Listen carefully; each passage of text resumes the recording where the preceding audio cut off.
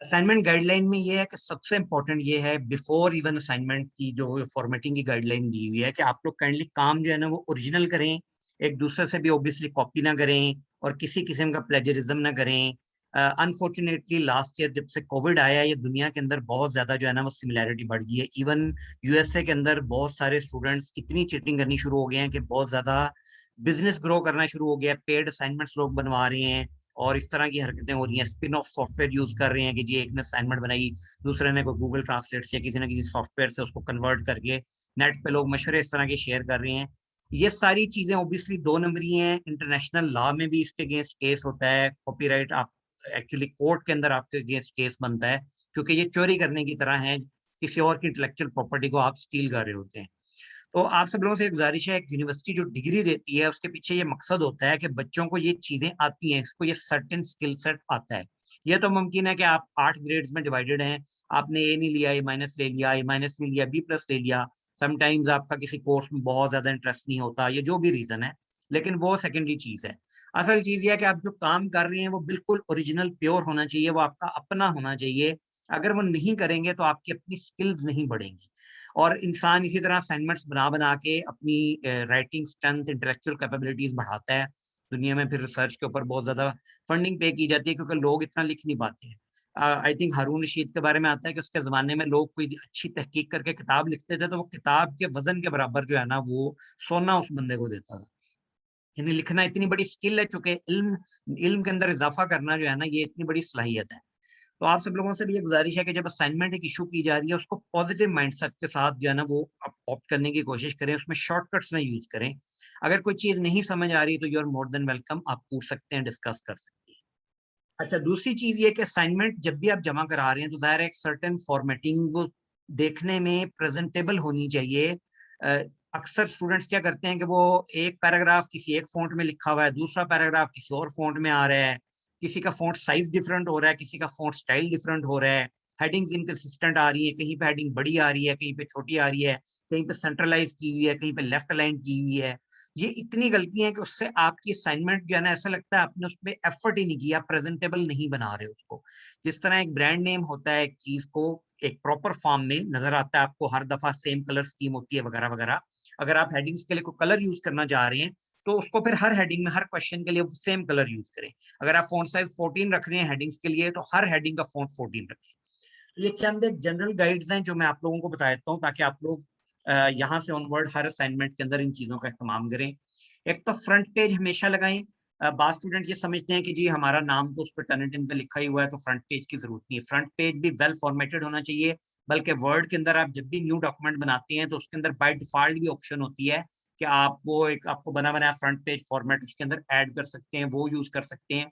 और उसमें तमाम इंपॉर्टेंट डिटेल होनी चाहिए। बाद स्टूडेंट सिर्फ नाम लिख के जमा करा देते हैं, नेम, आपका आईडी, कौन सा कोर्स पढ़ रहे थे, असाइनमेंट का टाइटल क्या है, किस टीचर को जमा करा रहे हैं।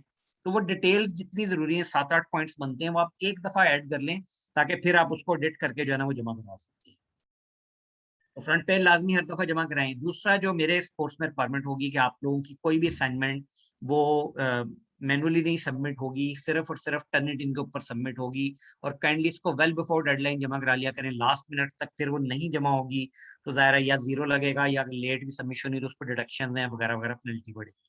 तो इसका एहतमाम रखें। आप लोगों को मसलन असाइनमेंट 1 के लिए 7-8 दिन दिए गए, आप लोग नेक्स्ट ट्यूसडे तक जमा करा सकते हैं। लेकिन बेहतर यह है कि आप लोग मंडे तक या संडे तक जितनी जल्दी हो सकती है तब तक कंप्लीट कर लें।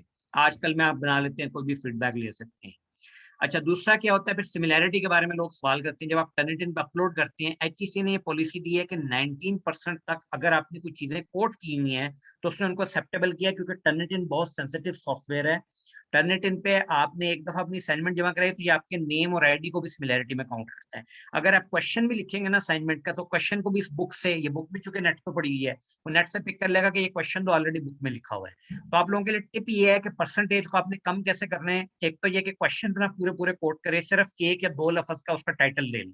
जैसे क्वेश्चन 1 है लाइफ स्टोरी पे तो आप सिर्फ लाइफ स्टोरी लिखते हैं। क्वेश्चन 2 है लेट्स से पर्सनैलिटी पे, वो टाइमलाइन पे, तो सिर्फ टाइमलाइन में ले लें। तो उसमें यानी मिनिमम जो है ना इन्फो आपने देनी है।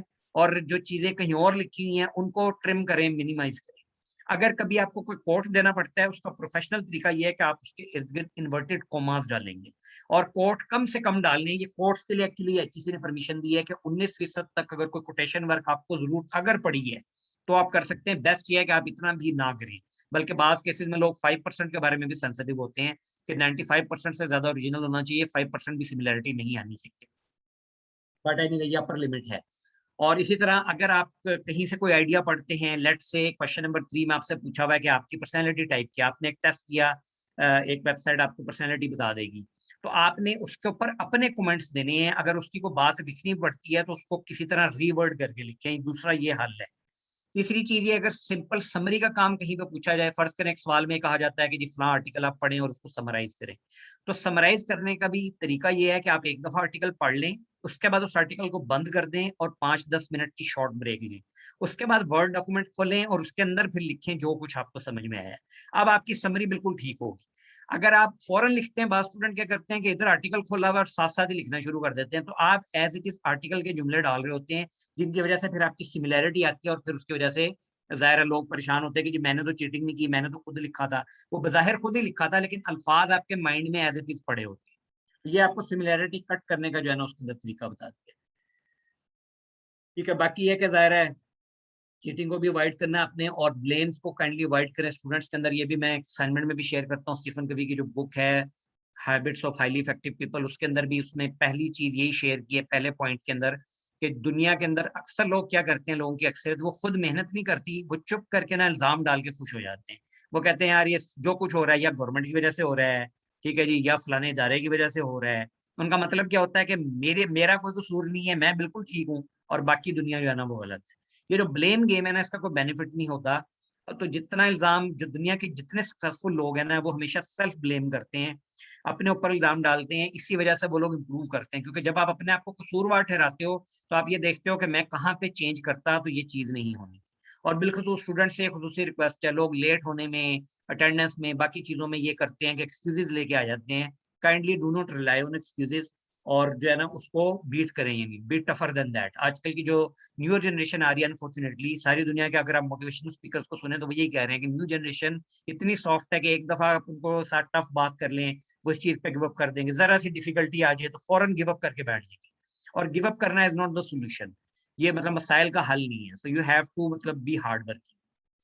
अच्छा, उसके अलावा असाइनमेंट के अंदर आप लोगों ने जिन चीजों का ध्यान रखना है, उसको प्रॉपर्ली फॉर्मेट करना है। What I require you to do is के उसके अंदर हमेशा जो है ना अपने जस्टिफाई करना है। जस्टिफाई का क्या मतलब है कि आपका ये पैराग्राफ लिखा हुआ है, आप देखिएगा वर्ड के अंदर इसके ऊपर ये ऑप्शन दी होती हैं।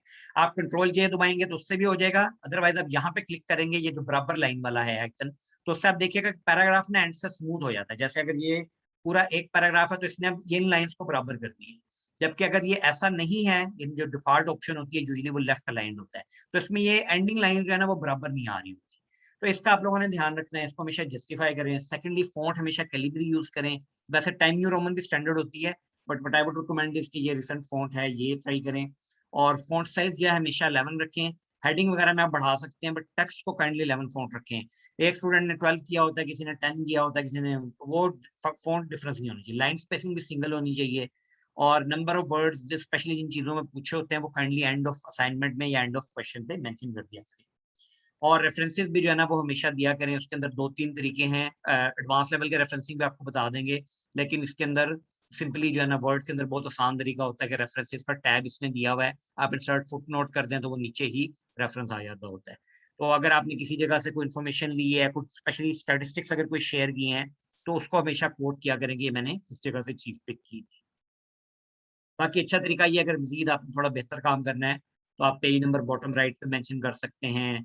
और प्रिंटिंग अगर करनी पड़ती है तो कोशिश क्या करें, बैक टू बैक प्रिंटिंग या डुप्लेक्स प्रिंटिंग कहा जाता है, वो यूज किया करें। ये यूनिवर्सिटी की लाइब्रेरी में भी एडवांस प्रिंटर अवेलेबल है। इसका फायदा ये होता है कि पेजेस आपके बच जाते हैं, और वो कहते हैं save a page save a, तो स्पेस जो है ना वो जाया ना करें। तो बाकी इसी तरह बाद लोग अननेसेसरी गैप्स क्रिएट कर देते हैं, क्वेश्चन के बीच में आधा आधे एक पेज पे एक क्वेश्चन लिखा हुआ है तो बाकी आधा पेज खाली छोड़ दिया। इसकी जरूरत नहीं है, उसको थोड़ा कंडेंस्ड रखें। बाकी ज़ाहिर है टेक्स्ट को भी पिक्चर्स बीच में डालना इज अ गुड थिंग, कि आप उससे थोड़ी फॉर्मेटिंग इंप्रूव होती है। उसका बड़ा सिंपल सा तरीका है कि अगर आपने बीच में कोई पिक्चर इंसर्ट करनी हो तो उसके 2-3 तरीके हैं। तो इंसर्ट पिक्चर करके आप पिक्चर डाल लें, और फिर ये कि उसको कोशिश क्या करें कि स्क्वायर शेप के अंदर जो है ना, लेट्स से अगर ये मैंने पिक्चर डाली है, एक दफ़ा सीटिंग प्लान मैंने स्टूडेंट्स का बनाया था, ठीक है, तो इसका एक अच्छा तरीका ये है कि अगर आप इसको इस साइज में करते हैं और आप चाह रहे हैं कि टेक्स्ट के बराबर आ जाए, तो आप ये देखिए इसने यहाँ पे भी ऑप्शन दी हुई है, और वैसे आप राइट क्लिक करें तो उसमें भी ये रैप टेक्स्ट की ऑप्शन आ जाती है। तो इसके अंदर आप कर सकते हैं इसको, अगर आप स्क्वायर करना चाह रहे हैं, ठीक है, या उसके साथ बिल्कुल अटैच करना चाह रहे हैं, स्क्वायर में कर देंगे तो इसका क्या फायदा है कि आप ये टेक्स्ट के साथ साथ ना आ सकती है, तो इससे स्पेस आपकी कम यूज होती है। तो पूरी असाइनमेंट में अगर आप इस पैटर्न को फॉलो करते हैं तो असाइनमेंट कम स्पेस में भी आती है और उसकी प्रेजेंटेशन बहुत अच्छी बन जाती है। ठीक है, बॉर्डर लगाना चाहते हैं लगा लें, मतलब एक असाइनमेंट आपकी प्रेजेंटेबल होनी चाहिए, बहुत इंपॉर्टेंट है। इसके ऊपर जो है ना जाहिर है वो लॉन्ग रन में भी इम्पैक्ट जाता है, और वैसे भी प्रेजेंटेबल होनी चाहिए। अच्छा, नेक्स्ट इसके बाद आते हैं टर्निटिन गाइड पे। टर्निटिन के ऊपर अकाउंट बनाना कोई डिफिकल्ट टास्क नहीं है। जो लोग जिस तरह असाइनमेंट आप उस पर किसी ईमेल के अंदर अकाउंट बनाते हैं या किसी वेबसाइट के अंदर बनाते हैं, इसके अंदर भी आप सिंपली उस तरह बना सकते हैं। बट जनरल गाइड जिन लोगों को ये भी डिफिकल्ट लगता है, तो ये कि आपने turnitin.com पे जाना है। समटाइम्स बात स्टूडेंट क्या करते हैं, वो गूगल के ऊपर टर्निटिन लिखते हैं, पहली साइट टर्निटिन यूके आ जाती है, वो उसके ऊपर चले जाते हैं, वो कहते हैं कि सर टर्निटिन काम नहीं कर रहा, मेरा आईडी नहीं चल रहा। ये अक्सर स्टूडेंट्स के साथ हुआ है। तो आप लोग ध्यान रखिएगा कि turnitin.com पे जाना है आपको। उसमें फिर क्रिएट अकाउंट पे आप क्लिक करेंगे, स्टूडेंट पे क्लिक करेंगे, क्लास आईडी और पासवर्ड ऐड करेंगे। क्लास आईडी ये मैंने आप लोगों को ईमेल किया हुआ अपनी क्लास का, ठीक है। पासवर्ड मार्केटिंग है स्मॉल एम से, तो आप कैपिटल एम लिखेंगे तो क्लास आपकी ऐड नहीं होगी। और क्लिक ऑन सबमिट है फॉर अवेलेबल असाइनमेंट। उसके अंदर बस आपने ये ध्यान करना होता है कि उसके अंदर अमूमन ऑप्शन होती है कट एंड पेस्ट भी आप कर सकते हैं, या सिंगल फाइल अपलोड भी। अगर कट एंड पेस्ट करेंगे तो सारी फॉर्मेटिंग का जो है ना बिल्कुल बेड़ा गर्क हो जाता है। तो आपने सिंगल फाइल अपलोड करनी है, चाहे आप वर्ड फाइल अपलोड कर लें, उससे भी बेहतर ये कि आप उसको पीडीएफ में कन्वर्ट कर दें, क्योंकि वर्ड में ये इशू होता है कि जब वो टर्निटिन पे अपलोड होगी या किसी और सॉफ्टवेयर पे जाती है, वर्ड के पुराने एडिशन के साथ बात मैच नहीं कर रही होती, तो वो फॉर्मेटिंग ना थोड़ी सी खराब हो जाती है। तो उसका एक अच्छा तरीका ये है कि पीडीएफ बिल्कुल एक कंसोलिडेटेड डॉक्यूमेंट बन जाता है, पीडीएफ फॉर्म में वो कर ले। बाकी सबमिशन को टाइटल भी दे लें, जो भी असाइनमेंट 1 है तो A1 उस पर लिख लें। ठीक है, तो 5 मिनट्स आप वेट करें तो टर्निटिन प्लेजरिज्म रिपोर्ट जो है ना उसकी वो बना लेते होते हैं। तो ये यानी टर्निटिन के ऊपर एक आईडी बना लीजिएगा। एक इसका आप लोगों ने ध्यान रखना है।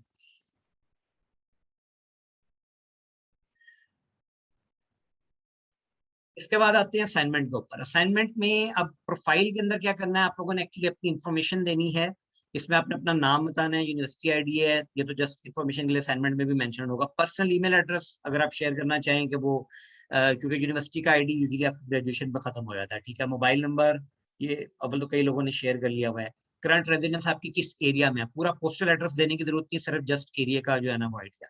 टोटल सिबलिंग्स कितने हैं और आपका रैंक क्या है उनमें, ठीक है। गार्डियन का प्रोफेशन क्या है आपके। और ये 3 इंपॉर्टेंट सवाल हैं इसके अंदर कि आपके रीजन क्या है जो प्रोग्राम आपने ज्वाइन किया है, ठीक है। आप अपने आप को 5 साल बाद कहाँ देख रहे हैं, और आपकी क्लासेस का स्केड्यूल क्या है। ये दो ही ये मेन सवाल बनते हैं। बाकी पिक्चर आपने डालनी है। इसमें फीमेल्स का ये है कि अपने आप को एक तो जनरली कवर करें।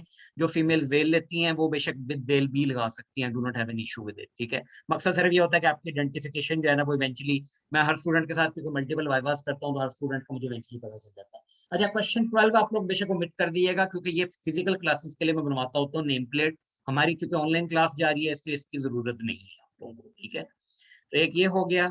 उसके बाद आपने आ जाना है पर्सनल ब्रांड डेवलपमेंट पे, जो असाइनमेंट 1B इसमें बनी हुई है। इसमें क्या है, असाइनमेंट का मकसद ये है कि आप लोग जो मार्केटिंग के अंदर पढ़ते हैं, पढ़ा रहे होते हैं हम लोग, इसके अंदर बहुत इंपॉर्टेंट है कि चंद एक एग्जांपल दी हुई है बड़े बड़े ब्रांड्स की, कि ये सारे के सारे ब्रांड जो है ना वो एक्चुअली सेल्फ उसके अंदर बने हैं। होंडा सोइचिरो होंडा, यानी किसी जमाने में टोयोटा के लिए पिस्टन बनाता था, फिर उसने इवेंचुअली अपनी कंपनी बनाई और आज Honda world largest car manufacturing company, largest car manufacturing तो नहीं, लार्जेस्ट मोटरसाइकिल मैन्युफैक्चरिंग कंपनी और लार्जेस्ट इंजन मैन्युफैक्चरिंग कंपनी है। इसी तरह और बहुत सारे ब्रांड्स की, कैडबरी की एग्जांपल है, बाटा, डिज्नी, इन सब लोगों ने इनिशिएट किया। इन्होंने अपने ही ब्रांड नेम को किस लेवल तक वो लेके गए हैं। तो इस असाइनमेंट का भी ये मकसद है कि आप अपने ब्रांड के बारे में भी कॉन्शियस हो, कंसर्न हो। ये अक्सर स्टूडेंट्स की फेवरेट असाइनमेंट रही है, क्योंकि इसमें लोग कहते हैं अपने बारे में हमने लर्न किया है। तो पहला सवाल ये है कि आपने अपनी लाइफ स्टोरी लिखनी है। यूजुअली जब आप स्कॉलरशिप वगैरह के लिए अप्लाई करते हैं वो भी आपसे आपकी लाइफ स्टोरी पूछते हैं, पर्सनल स्टेटमेंट वगैरह। मैंने 500 प्लस वर्ड की मांगी है, वैसे यूजुअली 600-700 वर्ड की भी बात अगर लोग मांगते हैं। तो 500 वर्ड की यानी 1 पेज बनता है। 1 पेज की आपने अपनी लाइफ स्टोरी लिखनी है कि आपका बैकग्राउंड क्या है, कहाँ से आए हैं और यहाँ पे कहाँ तक पहुंचे।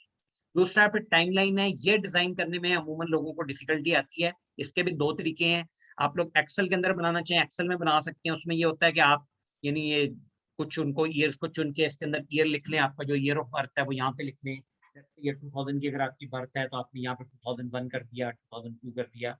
तो उसका तरीका ये है कि आप यानी टाइमलाइन इधर से ईयर बन जाएगा, फिर आप इसमें पिक्चर्स वगैरह लगा के और इसमें इवन फ्यूचर प्लान आपने आगे डालना है, पिक्चर्स और ये सिंबल्स यहाँ से यूज करके आप उसके अंदर जो है ना वो उसको अट्रैक्टिव बना सकते हैं कि आपने उसके अंदर क्या चीज जो है ना वो यानी अपनी पूरी लाइफ स्टोरी को किस तरह की आप आउटलुक उसके अंदर देना जा रहे हैं। तो यहाँ पे यानी वेरियस शेप्स यूज करते हुए ना आप उसके आउटलुक को एनहेंस कर सकते हैं, रिफाइन कर सकते हैं। ठीक है, तो वो आप डिफरेंट ऑप्शन यहाँ से एक्सप्लोर कर लीजिएगा कि आप जो कुछ भी डालना चाह रहे हैं उसके अंदर, ताकि जो है ना वो देखने में जो एक फाइनल आउटलुक बने उसकी वो एक प्रेजेंटेबल जो है ना फॉर्म में बने। इसके अंदर आप टेक्स्ट इंसर्ट करके जिस तरह का भी आप उसकी इंफॉर्मेशन देना चाह रहे हैं, बर्थ है, स्कूलिंग है, कब की है। दूसरा तरीका ये है कि बुक के अंदर ही लास्ट 2 पेजेस के ऊपर अगर आप नजर डालेंगे तो वहां पे भी पेज 490 पे देख लें, वो भी एक्चुअली टाइमलाइन बनी हुई है। आप उसके ऊपर अगर एडिटिंग करके करना चाह रहे हैं, वो भी आइडिया के लिए एक्चुअली दी हुई है, तो आप वो भी कर सकते हैं। वो भी मैंने सैंपल के तौर पे बना दी हुई है। इसको आप देखिएगा, ये एक्चुअली पूरे 2 पेजेस की है और उस पे वेरी लाइट ग्रे में आइडियाज के लिए दिया हुआ है कि आप किस स्टेज में क्या कंप्लीट करना चाह रहे हैं। तो पिछले 10-15 साल तो आपके ऑलरेडी कंप्लीटेड हैं, उससे आगे के क्या प्लान्स हैं उनके लिए 2 पेजेस के अंदर जो है ना स्प्रेड के अंदर बताया हुआ पूरा। आप यहाँ पे टेंटेटिव प्लान्स आपके किस चीज के लिए क्या है वो आप यहाँ पे देख सकते हैं।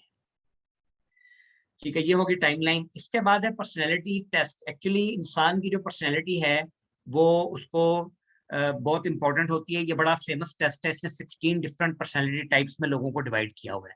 तो ये सिर्फ 10-15 मिनट का टेस्ट है, आप ये टेस्ट दें और देखिएगा कि कितनी स्ट्रांगली आप एग्री करते हैं जो कमेंट्स उसने आपके बारे में दिए। तो आपने एंड में टेस्ट दे के उसकी स्नैपशॉट भी लगानी है और एंड में मेंशन करना है 200+ वर्ड्स के अपने पर्सनल कमेंट्स देने। ये क्वेश्चन बड़ा इंपॉर्टेंट है। फिर क्वेश्चन 4 स्ट्रेंथ एंड वीकनेस, या आप किसी भी इंटरव्यू में जाएंगे या यूनिवर्सिटी में अप्लाई करेंगे तो आपसे पूछा जाता है कि आपकी स्ट्रेंथ्स क्या है, वीकनेसेस क्या है। तो आपने अपने 3 स्ट्रेंथ 3 वीकनेसेस जो है ना उसमें एक एक लाइन में ब्रीफली मेंशन करनी है। उसके अलावा टाइपिंग और आईक्यू टेस्ट है। टाइपिंग से भी ना इस इरा में आपकी बचत नहीं है, यानी दुनिया का हर काम कंप्यूटर्स पे हो रहा है, असाइनमेंट्स भी उस पर बन रही हैं और आप लोग देखें यानी ऑफिस में भी काम उसी पे हो रहा है। तो अगर आप टाइपिंग स्पीड अपनी इंप्रूव कर लेते हैं तो ये आपको काफी लाइफ में फायदा देती है, 50+ तक अगर आप ले जाएं। तो ये सिर्फ 1-1 मिनट के टेस्ट हैं just to give you an idea कि आप करंटली कहाँ पे स्टैंड कर रहे हैं। इसकी भी आप स्नैपशॉट डाल लीजिएगा। इसी तरह आईक्यू आल्दो बहुत ज्यादा इंपॉर्टेंट चीज नहीं है, लेकिन बहरहाल किसी हद तक लाइफ में हेल्प आउट करता है। कहते हैं 15% के करीब आईक्यू आपकी सक्सेस मेजर करता है, कि जमाने में 25% सब तक मैक्सिमम ये नहीं कहते हैं। वरना इसके अलावा ईक्यू भी इंपॉर्टेंट है, वो हम चैप्टर 3 में टच करेंगे। तो ये 1-2 आईक्यू टेस्ट है, इनमें से कोई से 2 दे लें, वो आपको ईमेल करके भी बता देगा, उसकी स्नैपशॉट इंसर्ट कर लीजिएगा। और जो टेस्ट क्वेश्चन आपको डिफिकल्ट लगा है या इजी लगा है उसके ऊपर आपने अपने कमेंट्स देने। क्वेश्चन 6 में फिर टाइम स्पेंड और स्किल्स क्या है। एक तो हॉबीज के बारे में इन जनरल बताना है आपने पार्ट ए में कि आपकी हॉबीज क्या है, आप किस चीज को टाइम देते हैं वगैरह वगैरह, इंटरेस्ट क्या है। बी में आपने पाई चार्ट बनाना है कि आप टाइम किस तरह गुजारते हैं। और सी में आपने रडार चार्ट और स्किल्स बनाना है। ये बी और सी में डिफरेंस कीजिएगा। बी के अंदर मसलन मैं यहाँ पे अगर एक सैंपल के तौर पर बता दूं, बी में आपने मेंशन करना है टाइम स्पेंड। लेट्स से आप कहते हैं कि मैं स्लीप लास्ट नाइट 8 घंटे सोया, ठीक है। स्टडी लेट्स से 6 आवर्स की, ठीक है। रिलीजन को टाइम दिया मे बी 2 आवर 1 आवर, ठीक है। फैमिली को टाइम दिया, पेरेंट्स के साथ 2 घंटे गुजारे, समथिंग लाइक दैट, ठीक है। बाकी एंटरटेनमेंट दिया। What you need to do is कि उसके आप टोटल जो है ना यहाँ पे कर दें, ठीक है। उसमें आप सम दे देंगे पूरे का। तो यहाँ पे आपके पास इन जनरल भी डाटा आ जाएगा और इसका आप ना बड़े आराम से पाई चार्ट बना सकते हैं। इस पूरे को सिलेक्ट करके इंसर्ट के अंदर ना ये ऑप्शंस हैं डिफरेंट टाइप्स के चार्ट्स। तो आप यहाँ से ना ये पाई चार्ट बनाएंगे तो वो आपको बना के दे देगा। इसके अंदर फिर आप राइट क्लिक करके इस डाटा उसको कहेंगे मुझे डाटा भी बता दे, डाटा शो करेंगे जी क्या इसके अंदर जो है ना इन्फॉर्मेशन दी हुई है। उसका एडवांटेज ये होता है कि डाटा लेबल्स भी आ जाएंगे, तो आपको पता चल जाता है कि किस चीज को कितने घंटे दिए हैं, परसेंटेजेस दिए हैं वगैरह वगैरह। इसमें आप डिफरेंट शेप्स में ट्राई कर सकते हैं, डिफरेंट डिजाइन ट्राई कर सकते हैं जो आप लोगों को पसंद आए। और क्वेश्चन नंबर 3 में आपने क्या करना है, उसमें अपने स्किल्स लिखनी है। लेट्स से आपकी प्रेजेंटेशन स्किल कैसी है, ठीक है। आपकी रीडिंग स्किल स्किल कैसी है, आपकी कम्युनिकेशन स्किल कैसी है। चीज़ों को आप डिटेल में लिख के ना यहाँ पे, और उसके अलावा अगर कोई स्पेसिफिक स्किल पे आपको वर्किंग कर रहे हैं, करना चाह रहे हैं, जो चीज़ें आप इंपॉर्टेंट समझते हैं, वो आप स्किल्स यहाँ पे मेंशन करके 10 में से अपने आप को रेटिंग दे सकते हैं। लेट्स से कोई स्किल आपकी वीक है, ठीक है। पीपल स्किल में बाज लोग कम होते हैं, किसी स्किल में स्ट्रांग होते हैं, बहुत राइटिंग बहुत अच्छी होती है, बाज लोगों की बहुत इंपॉर्टेंट स्किल है वो। अगर आप उसमें अच्छे मार्क्स लेते हैं तो आप उसको हायर रैंक कर सकते हैं। तो अपनी स्किल्स लिख के वंस अगेन इंसर्ट में आप जाएंगे तो ये इसको जो एक्सेल ने नाम दिया हुआ है वो रडार चार्ट का दिया हुआ है, इसको स्पाइडर वेब चार्ट भी कहते हैं। तो ये बड़ा अच्छा है, स्टाइल में जो है ना ये आपकी डिफरेंट स्किल को देता है। मुझे याद है लास्ट टाइम मैंने एक दफा एक स्टूडेंट को दी थी असाइनमेंट, तो उसने इसके अंदर जो है ना वो कुछ 22 स्किल्स मेंशन की हुई थी, गेम डिजाइन की और फ्रांस सॉफ्टवेयर की एंड ऑल दैट। तो ये अच्छी चीज है कि आप जितनी ज्यादा स्किल्स लिखेंगे वो आपको एक्सपैंड, आपका टारगेट ये होता है कि स्किल्स को मैंने फुली एक्सपैंड करना है, जो वीक है उनके ऊपर आपने वर्किंग करनी होती है। तो ये आइडिया है इसके अंदर आपके सेल्फ एनालिसिस की। उसके बाद क्वेश्चन 7 में आपने अपने फेवरेट कोटेशन देनी है 3, उनमें से किसी एक को जो आपकी फेवरेट मोस्ट है उसको आप एक्सप्लेन भी कर लेंगे आपको क्यों पसंद है। और लास्ट क्वेश्चन में आपने जस्ट कमेंट्स देने हैं कि आपने इस पूरे से असाइनमेंट बनाने से क्या कुछ लर्न किया अपने बारे में, ब्रीफली 75 प्लस वर्ड के अंदर। होपफुली असाइनमेंट आपको सेल्फ एनालिसिस के लिहाज से काफी डिटेल में हेल्प